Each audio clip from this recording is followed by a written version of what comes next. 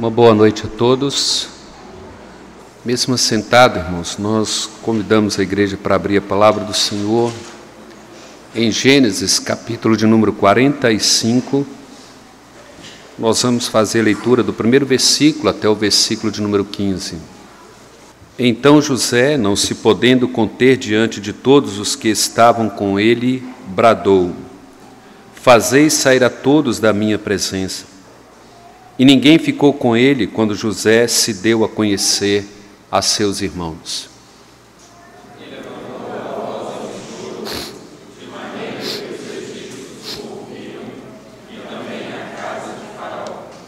E disse a seus irmãos: eu sou José. Vive ainda meu pai?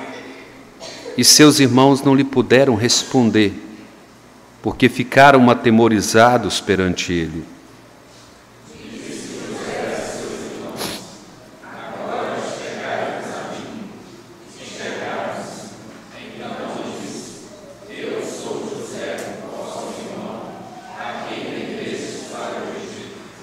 Agora, pois, não vos entristeçais, nem vos irriteis contra vós mesmo, por me haverdes vendido para aqui, porque para a conservação da vida Deus me enviou adiante de vós.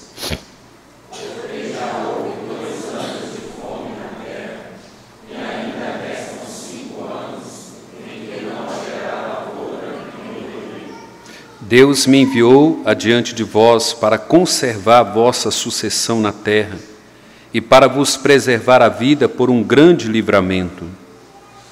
Assim não fostes vós que me enviastes para cá, e sim Deus que me pôs por pai de Faraó, e senhor de toda a sua casa, e como governador em toda a terra do Egito. Apressai-vos, subi a meu pai e dizei-lhe: assim manda dizer teu filho José: Deus me pôs por senhor em toda a terra do Egito. Desce a mim, não te demores.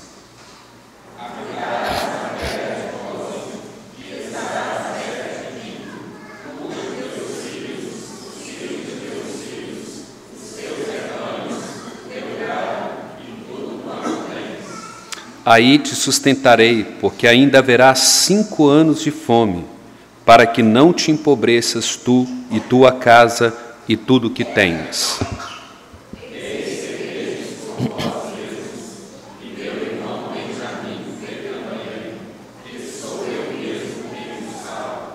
Anunciai a meu pai toda a minha glória no Egito, e tudo o que tendes visto, apressai-vos e fazei descer meu pai para aqui.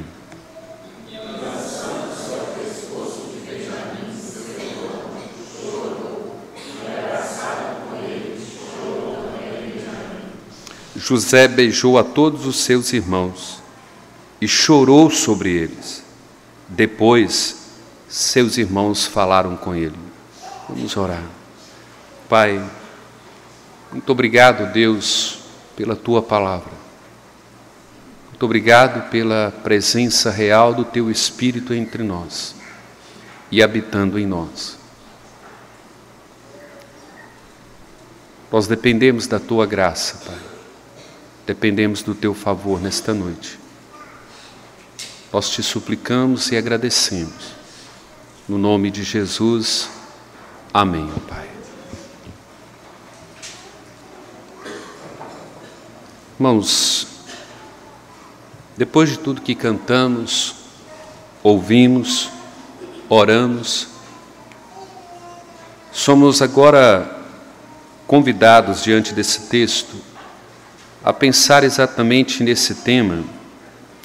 Corações feridos são curados em submissão a Deus. Corações feridos só são curados quando nos submetemos a Deus. Quem poderia imaginar que um sofrimento tão grande, tão doloroso, tão difícil na vida de um jovem, fosse o planejamento de Deus, o plano de Deus, o propósito de Deus para a conservação da vida sobre a terra.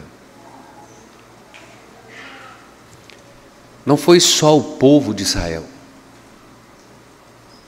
foram todas as nações, inclusive os egípcios. Às vezes nós não mensuramos e nós não conseguimos enxergar a razão pela qual Deus produz tanto sofrimento na nossa vida. Jamais imaginamos o que Deus está operando em seu propósito quando sofremos, quando choramos, quando somos desprezados, rejeitados por longos 22 anos. E José agora fazendo essa declaração: Deus me trouxe para cá, para a conservação da vida.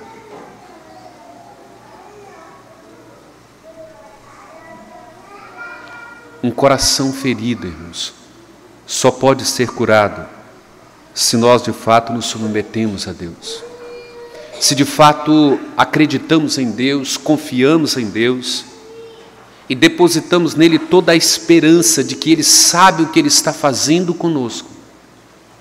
Ainda que quando a gente olhe para a dor, para a dificuldade, para a luta, para a perda, e parece que Deus perdeu o controle da situação, nós temos a mais plena convicção de que Deus sabe o que Ele está fazendo conosco. E Ele de fato está tratando conosco. E Ele está nos moldando e nos conformando no meio desse sofrimento para fazer de cada um de nós um governador na sua obra. José foi tratado como um lixo durante 22 anos pela sua família. Desprezado, rejeitado, maltratado, humilhado, maltratado pela esposa de Potifar, maltratado pelo copeiro-chefe, pelo padeiro-chefe, maltratado por todas as pessoas que estavam ao seu redor. Mas a todo momento você encontra na Escritura: e Deus era com José. E Deus era com José. Observe, irmãos, que José agora faz essa declaração: eu sou José. Vocês já imaginaram o que é isso? Você faz todas essas coisas e agora você ouve do seu próprio irmão, depois de 22 anos, ele olha nos seus olhos e diz assim: eu sou José, que vocês venderam, que vocês traíram, que vocês trataram como lixo, que vocês jogaram numa cisterna. Eu sou esse José. E aqui, irmãos, provavelmente essas palavras destruíram o coração desses irmãos. De fato, eles foram confrontados por uma situação que eles jamais pudessem esperar ou imaginar. Mas o interessante é que José, em todo esse texto, ele nos ensina como reconciliar com as pessoas que nos magoam. José nos ensina como reconciliar, como oferecer perdão para aquelas pessoas que nos tratam como lixo. Perdoar aquelas pessoas que nos tratam como escória, que nos humilham, que nos rejeitam, que nos ofendem, que nos maltratam. José nos ensina claramente como que nós de fato promovemos reconciliação. E sem dúvida alguma, irmãos, esse ensinamento de José é fruto da sua relação para com Deus. E aqui nós aprendemos dois princípios extremamente importantes. Corações feridos são curados em submissão a Deus. Em primeiro lugar, você precisa declarar isso na sua vida. Olha, tenha atitude vença o mal com o bem. Se você quer que o seu coração seja curado, se você foi humilhado, desprezado, maltratado, ultrajado, e você tem um coração cheio de amargura, de ressentimento, de dores, se você deseja que o seu coração seja curado, você precisa tomar essa atitude. Vença o mal com o bem.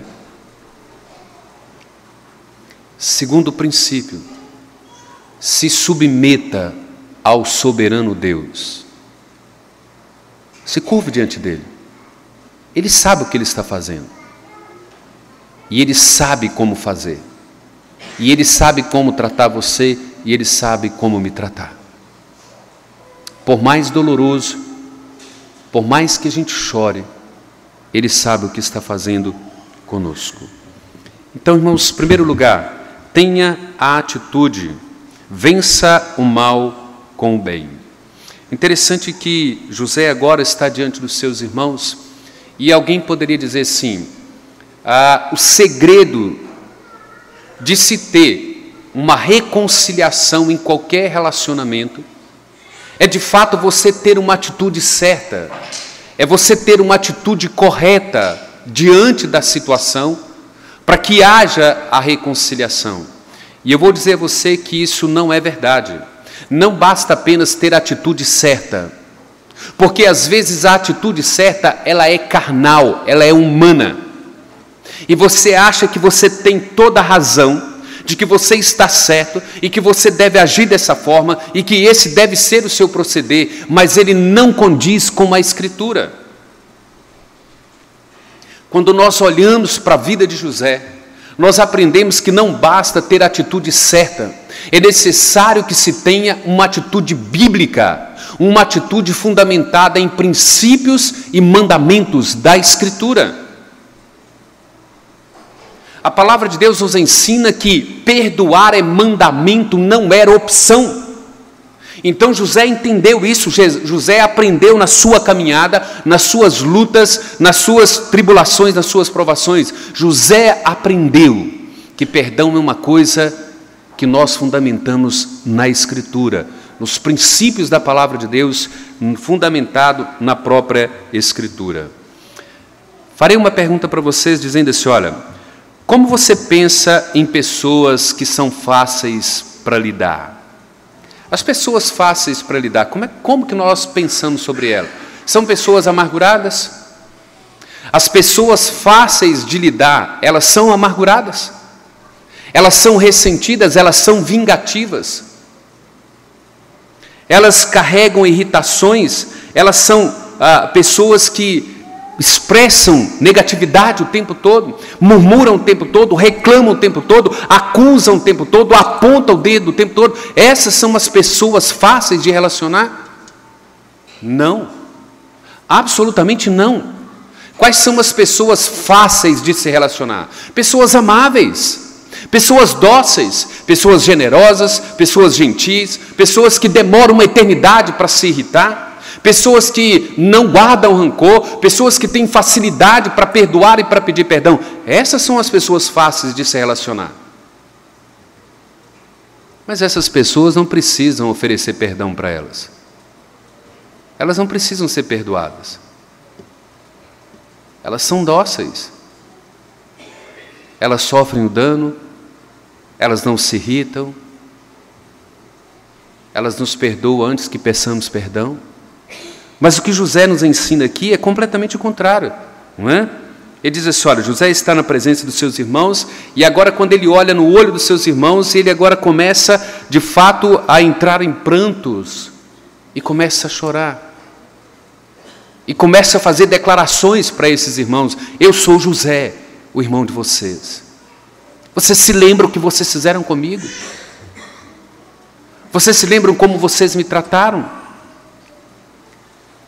Sabe por que houve reconciliação entre José e os irmãos de José?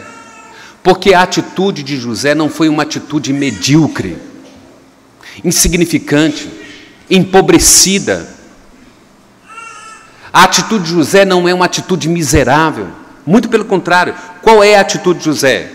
Ele decidiu, ele tomou uma atitude de expressar bondade. Ele agora olha nos olhos dos seus irmãos e diz: eu sou José. Mas ele não ataca os seus irmãos, ele não acusa os seus irmãos, ele não aponta o defeito dos seus irmãos. José está expressando amor, bondade, misericórdia, longanimidade, benignidade, fidelidade, mansidão, domínio próprio. José está expressando o fruto do Espírito na sua vida. É isso que ele está dizendo para os seus irmãos: eu sou José, o irmão de vocês. E não fiquem desesperados, não se apavorem, não faça mal a vocês, porque não foram vocês que fizeram isso comigo e me mandaram para cá. Deus me mandou para cá, Deus me trouxe aqui, e Ele escolheu um método, um meio pelo qual Ele me traria. Então José passa a expressar, e é interessante, irmãos, que essa atitude de José que abriu a porta, o caminho da reconciliação. Sabe por que não há reconciliação na igreja?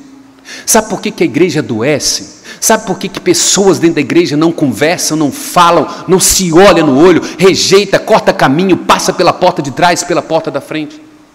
Porque as nossas atitudes são humanas. As nossas atitudes não são bíblicas, não são fundamentadas em princípios e mandamentos de Deus. Elas são carnais. Por isso é que não há reconciliação, por isso que a igreja adoece, por isso que a igreja sofre, por isso que o corpo padece.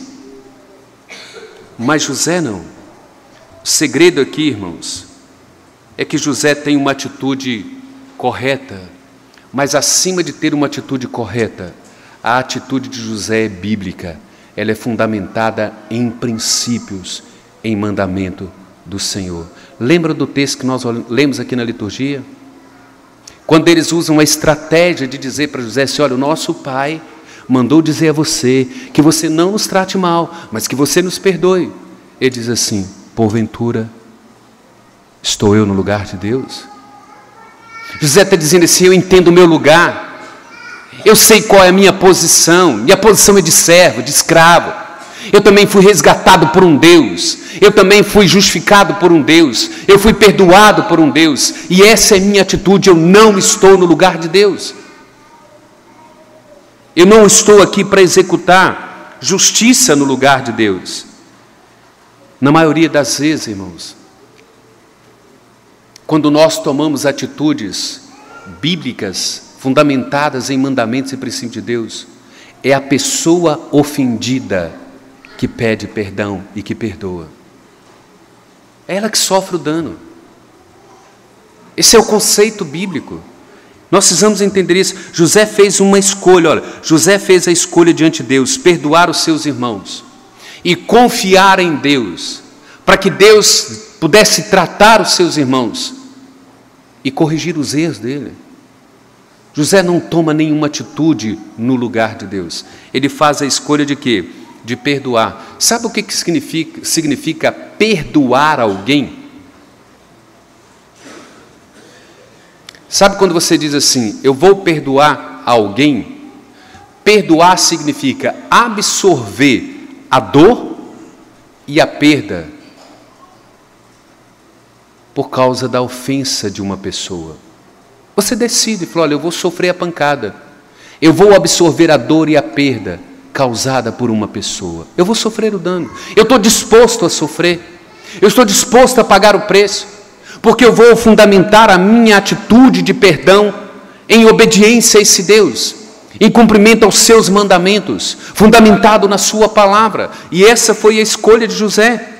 E o mais interessante, irmãos, é que quando nós tomamos a atitude de absorver a dor e de sofrer a perda causada por alguém, essas pessoas continuam livres e às vezes não sofrem dano algum. E é interessante que quando a gente perdoa pessoas e elas não sofrem o dano e elas continuam livres, isso nos irrita, isso nos incomoda, isso nos faz adoecer. É aí que a pessoa que tem dificuldade para perdoar adoece e morre. Porque ele não consegue olhar para lá e ver se Deus não fez justiça. Aquela pessoa não sofre, aquela pessoa não foi tratada com severidade, ela não foi punida pelo que me fez, pelo que me causou, e quanto mais eu olho para ela com indignação, mais eu adoeço, mais eu apodreço e mais eu morro.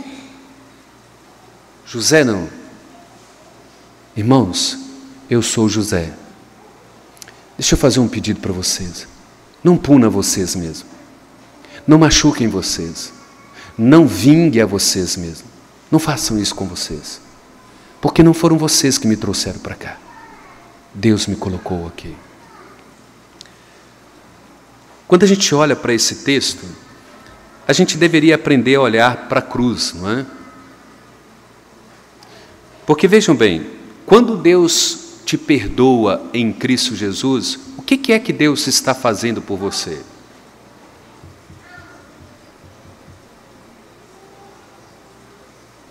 Ele está absorvendo a dor e a perda do seu único filho, por sua causa. Ele decidiu absorver a dor e a perda do seu único filho, para poder te perdoar.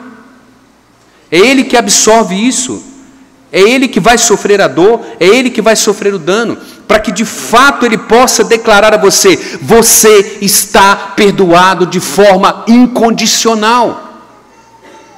Mas parece que nós não entendemos isso. A gente acha que Deus, simplesmente pelo fato dele ser Deus, Ele pode dizer a mim e a você: você está perdoado, os teus pecados estão perdoados, e agora nós somos reconciliados, e Ele não sofreu dano, e Ele não sofreu dores, e Ele não sofreu perdas, e Ele não absorveu a perda do seu único filho. Não é verdade. Ele é Deus, sim, Ele é soberano, Ele faz o que quer, a hora que quer, mas a sua natureza, a sua santidade, a sua justiça, a sua retidão não permite que Ele faça isso sem um pagamento, sem um preço, sem uma dor, sem uma perda. Para Ele poder dizer a você que você está perdoado pela sua ofensa, que você está perdoado pela sua dureza de coração, por causa da sua inveja, do seu orgulho, da sua soberba, qualquer que seja o seu pecado, o meu pecado. Ele diz assim: eu só posso te declarar perdoado, Jorge, se eu absorver a dor da perda do meu filho. Eu só posso te declarar perdoado se eu matar o meu único filho, se eu punir o meu único filho. E é isso que José nos ensina. Porventura, estou eu no lugar de Deus? Posso eu assumir o lugar de Deus? Irmãos, nós precisamos pedir a Deus que nos dê esse coração, esse amor, esse perdão que foi dado a José. Nós precisamos implorar, quando você vem aqui à frente, pedir a Deus para curar o seu coração. Deus, dá-me um coração igual ao teu. Senhor, eu quero ser como tu. O teu Espírito está aqui operando em nossos corações. Ele nos cura, Ele nos trata, Ele nos sara. Opera em nós, dá-nos um coração igual ao teu. Dá-nos esse perdão, dá-nos esse amor. Ajuda-nos a perdoar dessa forma. Você precisa se concentrar na sua atitude. Olhe para a sua vida, não se concentre no comportamento, na atitude da pessoa que te ofende.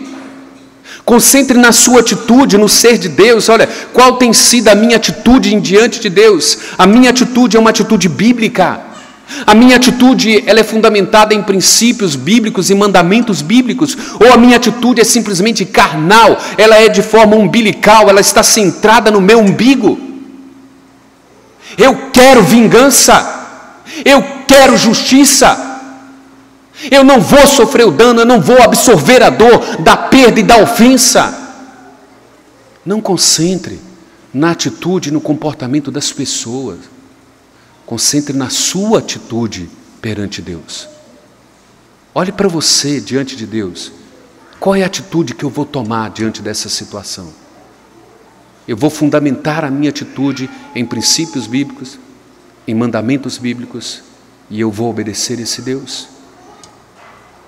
Porque não foram vocês. Eu sou José, vive ainda meu pai? Os irmãos não lhe puderam responder, porque ficaram atemorizados. Concentre nisso.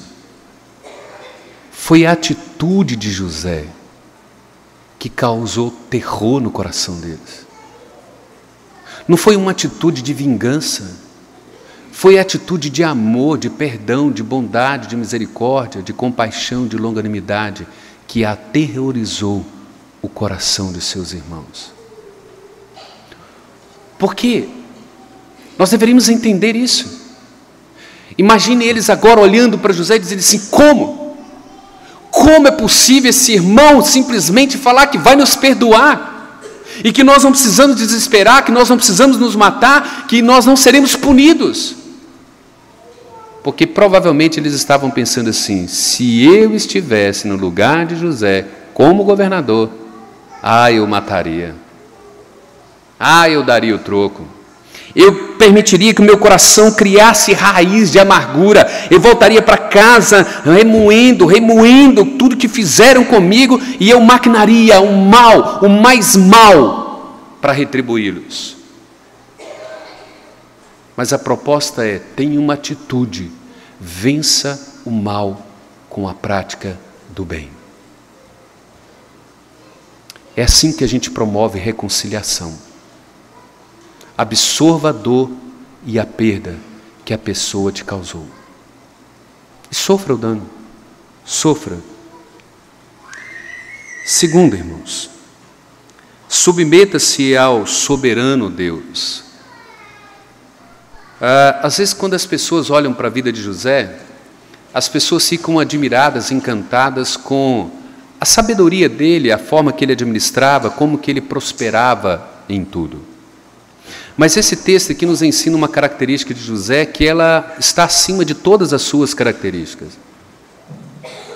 Esse texto nos ensina que José tinha a sua vida centrada em Deus. O foco de José era Deus. O foco de José era a glória de Deus. O foco de José era o propósito de Deus. Toda a sua vida era centrada no ser de Deus. As atitudes de José, as reações de José, tudo o que ele fazia, tudo o que ele promovia, tudo o que ele sofria, seja mal, seja ruim, tudo estava apontado para o ser de Deus. Em momento algum José olha para o seu próprio umbigo. Em momento algum José quer justiça. Em momento algum José quer vingança. Ele está totalmente centrado em Deus e tão somente em Deus. Sabe qual que é o problema de cada um de nós, irmãos? Que Deus domina partes da nossa vida. Deus não é o centro da nossa vida. A gente até diz que Ele é o centro da nossa vida. A gente até afirma que Ele é a razão da nossa existência. Mas na prática, nas nossas atitudes, no nosso rancor, no nosso coração amargurado, no nosso ressentimento, na nossa falta de gratidão, está a evidência de que Deus só tem algumas partes da nossa vida e não é o todo. José era contrariamente. José estava totalmente com a vida centrada em Deus. Tudo na vida de José era para Deus. Absolutamente tudo. Querem ver? Capítulo 39, versículo 9. É o fato do encontro de José com uma esposa de Potifar, quando ela fica nua diante dele. Quais foram as palavras de José? Porventura, pecaria eu contra o meu Deus? Não é o meu prazer, não é a minha sensualidade, não é o meu desejo sexual que está em jogo. É a glória do meu Deus. Porventura, pecaria eu contra o meu Deus? Não. E essa é a razão pela qual ele fugiu. Se nós formos para o capítulo 40, versículo 8, quando ele está lá na prisão com o copeiro-chefe, com o padeiro-chefe, e eles têm um sonho, o que José diz para eles? Deus me dará a revelação desses sonhos. Quando ele é levado à presença de Faraó, e Faraó diz assim: você consegue ô José, interpretar esse sonho, ele assim: Deus te dará uma resposta favorável, ó Faraó. É Deus quem explicará a você tudo o que Ele tem para fazer na sua vida e na vida dos egípcios. Quando a sua esposa lhe dá filhos, não é? Capítulo 41 em diante, 51 e 52, versículos 51 e 52, ele põe o nome de um filho de Manassés e o outro de Efraim. E o que ele diz? Manassés: Deus me fez esquecer todo o meu sofrimento passado. Como é possível, gente? Pergunte a você mesmo: como é possível esquecer essas coisas? Como é possível esquecer tão grande mal na minha vida?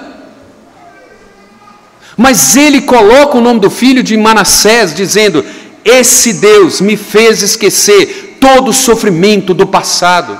Ele coloca o nome de Efraim, dizendo: esse Deus me fez frutífero, próspero. Observe um detalhe para você ver. A pessoa amargurada, a pessoa ressentida, a pessoa que não perdoa, a pessoa que tem um coração ferido, ela não enxerga prosperidade na sua vida, ela não enxerga bênção na sua vida, ela não enxerga sucesso na sua vida, ela não consegue enxergar a gratidão na sua vida. Porque um coração amargurado, ressentido, ferido, machucado, ele não consegue enxergar nada, a não ser injustiça, a não ser murmuração, a não ser reclamação. Ele vê defeito em tudo, ele aponta para todos, mas ele não consegue olhar para dentro do próprio coração. E o que José está dizendo? Não, Deus me fez esquecer todo o mal do passado, e Deus me fez próspero. E aí lá no capítulo 50 que nós lemos, ele está dizendo assim: olha, irmãos, não façam nenhuma loucura, porque esse Deus me enviou para cá, para que vocês sejam conservados com vida. E ele diz mais, ele manda um recado assim: irmãos, descem até meu pai. Na verdade, sobem até meu pai, e diz a meu pai, conta para o meu pai o que foi que Deus fez comigo no Egito. Diz para ele que eu sou o governador do Egito. Diz para o meu pai que Deus cuidou de mim a todo momento e a todo instante. Lembra o meu pai de que aquele sonho que eu disse para ele, Deus cumpriu a sua promessa. E eu sou o governador do Egito para conservar uma sucessão sobre a terra. Vocês estão vendo o que é um coração submisso a Deus? Um coração que se submete ao controle soberano de Deus. Mais do que isso, observem as expressões que nós encontramos nesse texto, irmãos, de como Deus é soberano, de como que Deus está na vida de José, de como que José tem uma vida centrada nesse Deus. Comece aí a partir do versículo 5. Observem quais são as expressões que ele usa aqui, olha. Agora, pois, não vos entristeçais, nem vos irriteis contra vós mesmos, por me haverdes vendido para aqui, porque para a conservação da vida Deus me enviou diante de vós. Pergunte a você, quando você olha para aquele ultraje, para aquela ferida, para aquela mágoa, para aquele ressentimento, para aquela dor, para aquela perda, para aquela acusação, por aquilo que causaram em você, vê se você consegue olhar para aquilo e dizer assim: não foram vocês, mas Deus fez isso comigo com um propósito, com uma finalidade. Ele sabe para onde Ele está me levando, Ele sabe como me tratar, Ele conhece o meu coração e sabe que o meu coração é mau, e Ele me trata dessa forma porque essa é a melhor forma, é o melhor remédio para Ele me curar, para Ele me moldar, para Ele me lapidar e me colocar exatamente onde Ele quer me colocar. Versículo 7: Deus me enviou adiante de vós para conservar a vossa sucessão na terra e para vos preservar a vida por um grande livramento. Irmãos, quando é que nós enxergamos isso? A minha dor, a minha injúria, aquilo que fizeram comigo, a forma que me acusaram de forma injusta, como me trataram com indiferença, quando me desprezaram, quando não me enxergaram na igreja. Deus estava usando tudo isso para um livramento da minha igreja, para um livramento da minha família, para um livramento de uma sucessão na terra. E nós não conseguimos enxergar isso. Nós olhamos e focamos só no umbigo, na dor, na perda, no sofrimento. Nós não conseguimos olhar o soberano propósito de Deus na nossa vida. José não. Deus me trouxe para cá, para a conservação da vida, para conservar a sucessão sobre a terra. Versículo de número 8. Assim não foste vós que me enviastes para cá, e sim Deus, que me pôs por pai de Faraó, e senhor de toda a sua casa, e como governador em toda a terra do Egito. Vocês percebem que José é um cara de coração completamente grato, submisso a Deus. Ele disse assim, sabe por que eu sou governador? Sabe por que eu estou aqui? Porque Deus me colocou aqui. É esse Deus que eu sirvo. Vocês estão olhando para o dia que eu fui jogado na cisterna.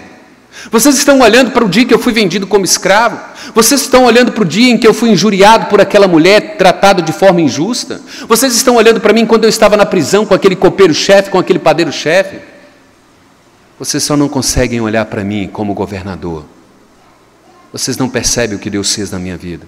O método dele foi doloroso, o caminho dele foi uma via dolorosa, mas ele fez isso com o filho dele por mim, ele fez isso com o filho dele por você, ele trilhou o filho dele numa via dolorosa, ele levou o filho dele à humilhação, ao desprezo, foi coroado com uma coroa de espinho, o filho dele foi cuspido na face, o filho dele recebeu a ira, a indignação contra o seu pecado na cruz.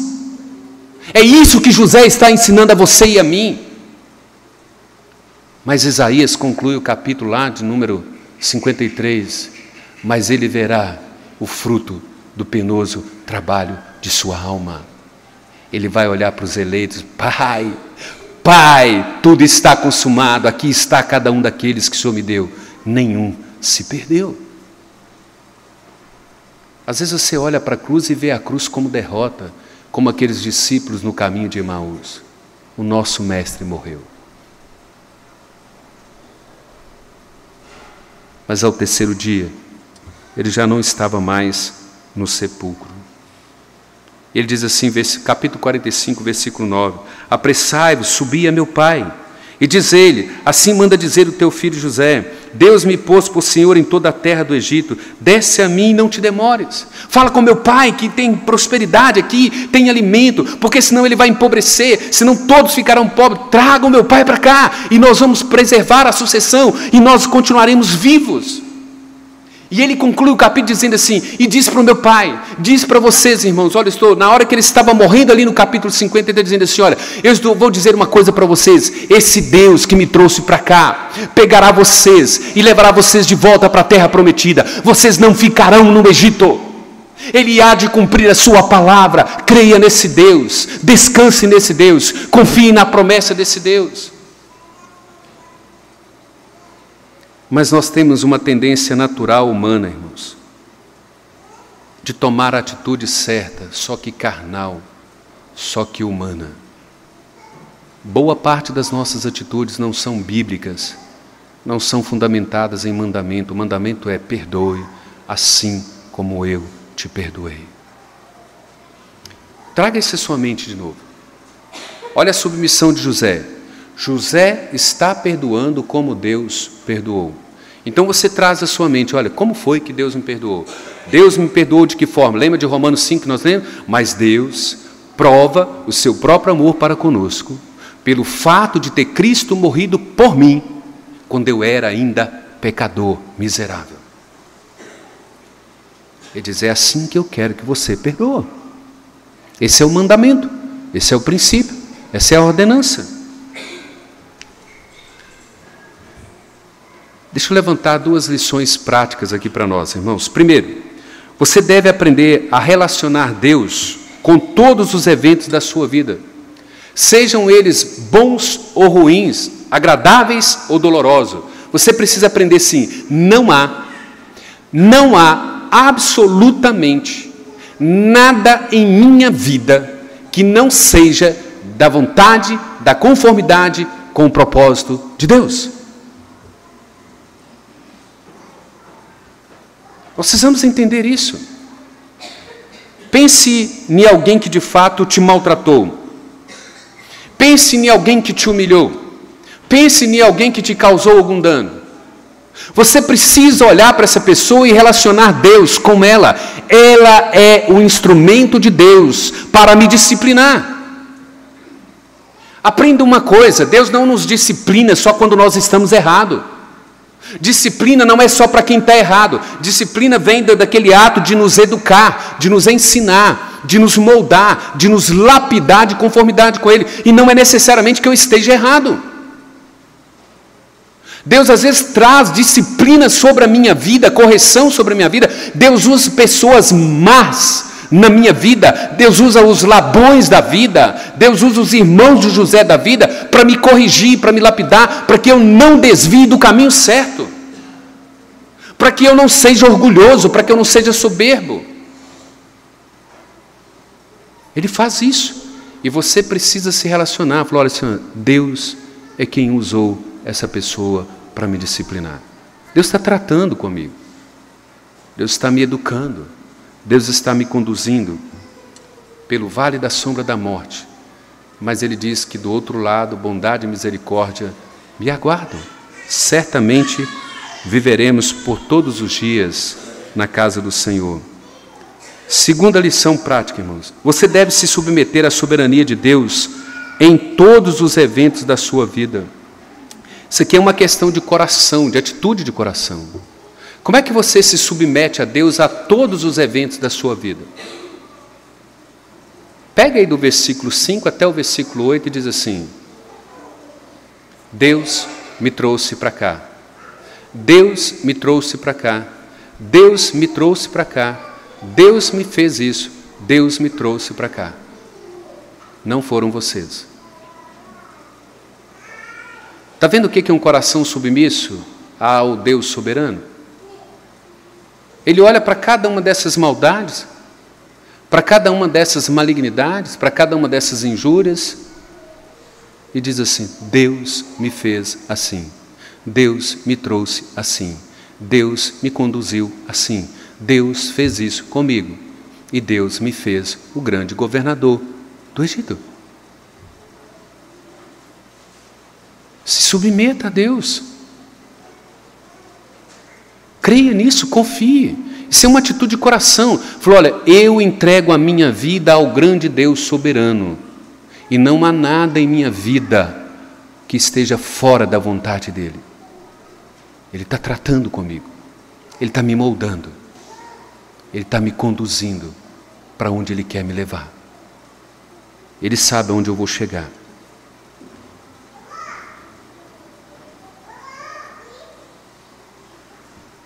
Se você entende isso, veja o que você deve fazer. Expresse o seu perdão, ainda que imediatamente você não expresse isso verbalmente à pessoa, expresse o seu perdão.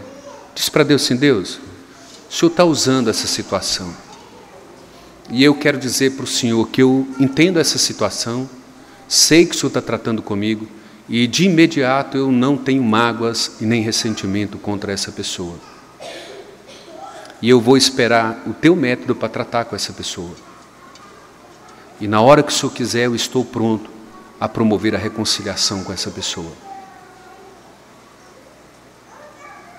Me conduz para lá. Me conduz para lá. Procure oportunidades para fazer coisas gentis, coisas amáveis, coisas dóceis para as pessoas que te ofendem, para as pessoas que te maltratam. Olha como que José chama os seus irmãos e explica para os irmãos. Falou, deixa eu explicar uma coisa para vocês, deixa eu ensinar uma teologia para vocês. Vocês estão achando que vocês são os maus? Vocês acham que vocês são os bambambãs? Não é? Vocês fazem o que querem, a hora que querem, do jeito que querem, com quem vocês querem, vocês maltratam quem quiser, vocês ofendem quem quiser, vocês vendem quem vocês quiserem, vocês traem quem... Vocês acham que são os bambambãs? Deixa eu falar um negócio para vocês estão completamente equivocados. Vocês são culpados, sim. Mas vocês só estão fazendo o que Deus planejou para a minha vida. E Ele há de cobrar de vocês. E Ele há de tratar com cada um de vocês. Não sou eu que vou fazer vingança. Não sou eu que vou promover justiça. Eu estou aqui para oferecer perdão a vocês. Eu perdoo a vocês. O problema de vocês agora é com Deus, não é comigo. Eu estou curado. eu não tenho raiz de amargura e vocês estão perdoados. Ok? É assim que nós devemos proceder. Explique às pessoas a cosmovisão de Deus, o plano de Deus, o projeto de Deus para a sua vida. Porque parece, irmãos, que nós demonstramos àqueles que nos ofendem que Deus não controla a nossa vida. Que Deus não é capaz de zelar por nós. Parece que essas pessoas que nos ofendem, que nos maltratam, que nos injuriam, elas são mais fortes do que Deus. E aí a gente volta para casa cabisbaixo, chorando, lamentando, murmurando: fui ofendido, fui maltratado, fui pisado, eu não mereço isso, ninguém merece isso, eu trabalho para o Senhor, eu trabalho na causa do Senhor, eu não merecia sofrer isso. O que o mundo e as pessoas estão percebendo? O Deus dela é muito fraco. Não consegue nem cuidar da vida dela lá. Não faça isso.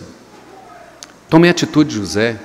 Olhe nos olhos dessas pessoas e diz assim: você é um mero instrumento nas mãos de Deus para fazer o que você está fazendo. E eu sei que Deus está tratando comigo.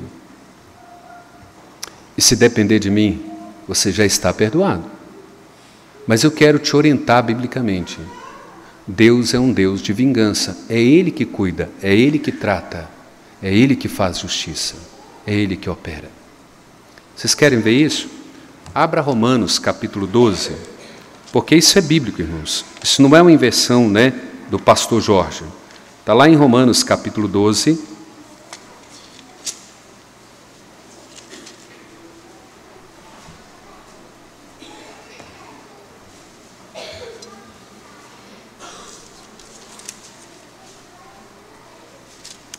Romanos 12, a partir do versículo 9, a palavra de Deus diz assim, olha: o amor seja sem hipocrisia. Detestai o mal, apegando-vos ao bem. Amai-vos cordialmente uns aos outros com amor fraternal, preferindo-vos em honra uns aos outros. No zelo, sejais remissos, sede fervorosos de espírito, servindo ao Senhor. Regozijai-vos na esperança, sede pacientes na tribulação. Na oração, perseverantes. Compartilhai a necessidade dos santos, praticai a hospitalidade. Abençoai os que vos perseguem. Abençoai e não amaldiçoeis. Alegrai-vos com os que se alegram e chorai com os que choram. Tende o mesmo sentimento uns para com os outros. Em lugar de ser orgulhosos, condescendei com o que é humilde. Não sejais sábios aos vossos próprios olhos. Não torneis a ninguém mal por mal. Esforçai-vos por fazer o bem perante todos os homens. Se possível, quanto depender de vós, tende paz com todos os homens. Agora observe: não vos vingueis a vós mesmos, amados, mas dai lugar à ira, porque está escrito: a mim me pertence a vingança, eu é que retribuirei, diz o Senhor. Pelo contrário, se o teu inimigo tiver fome, dá-lhe de comer. Se ele tiver sede, dá-lhe de beber, porque fazendo isto, amontoarás brasas vivas sobre a sua cabeça. Não te deixes vencer o mal. Não te deixes vencer do mal, mas vence o mal com o bem. Isso é bíblico. Isso é ordenança. José não está fazendo outra coisa a não ser cumprir Romanos 12. Nada mais. José não está fazendo outra coisa a não ser cumprir o grande mandamento: amarás o Senhor teu Deus de todo o teu coração, de toda a tua alma, de toda a tua força, de todo o teu entendimento, e amarás o teu próximo como a ti mesmo. Isso é bíblico. Isso é ordenança, isso é atitude bíblica. Isso é uma atitude fundamentada nas Escrituras. Deixa eu fazer as implicações e aplicações para a gente poder encerrar, irmãos. Primeiro, a cura do seu coração ferido depende da sua atitude. Se ela vai ser uma atitude humana, carnal, ou se ela será uma atitude bíblica, fundamentada em mandamentos e princípios de Deus. Segundo, ou você se submete à soberania de Deus e aos seus princípios, aos seus mandamentos, ou então o seu coração se tornará uma grande raiz de amargura. Se você não se submeter a Deus e cumprir os mandamentos e ordenanças de Deus, o seu coração embrutecido se tornará uma grande raiz de amargura. Não haverá cura para ele. Aplicação. Tenha uma atitude bíblica fundamentada nesse Romanos 12. Leia esse texto, coma esse texto, digere esse texto, busque esse texto, estude esse texto, até que você tenha uma atitude bíblica no seu procedimento. Segunda aplicação, perdoe, absolva a dor e a perda causada pelas pessoas. Aprenda a fazer isso. Sofra a dor, sofra a perda, chore, mas toma uma atitude. Você já está perdoado em Cristo Jesus. E eu te perdoo. E eu volto para casa com o coração curado, com o coração alegre. Eu entrego todas as suas atitudes nas mãos de Deus, porque é Deus quem está trabalhando comigo. Vamos curvar as nossas cabeças e vamos orar, irmãos. Senhor Deus, muito obrigado, Deus, pelo teu grande amor para conosco. Muito obrigado, Pai, porque o Senhor tem nos tratado como filhos do Senhor. Tem derramado, Deus, as tuas misericórdias sobre cada um de nós. E grande tem sido a tua fidelidade para conosco, Pai. Muito obrigado, Deus, pela vida de cada pessoa que adentrou esse templo. Abençoa os nossos visitantes, toca no coração de cada um deles e abençoa, Deus, cada membro desta igreja. Sustenta esta igreja, cura esta igreja para a honra e para a glória do teu santo nome.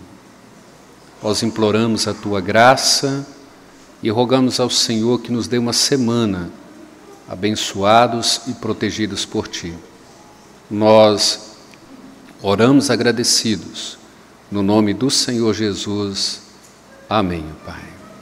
E que a graça de nosso Senhor e Salvador Jesus Cristo, que o amor do nosso Deus, eterno e poderoso Pai, que a comunhão e a consolação do Espírito Santo seja com todos vós e com todo o povo de Deus espalhado sobre a face da terra, agora e para todo sempre. Amém, Senhor.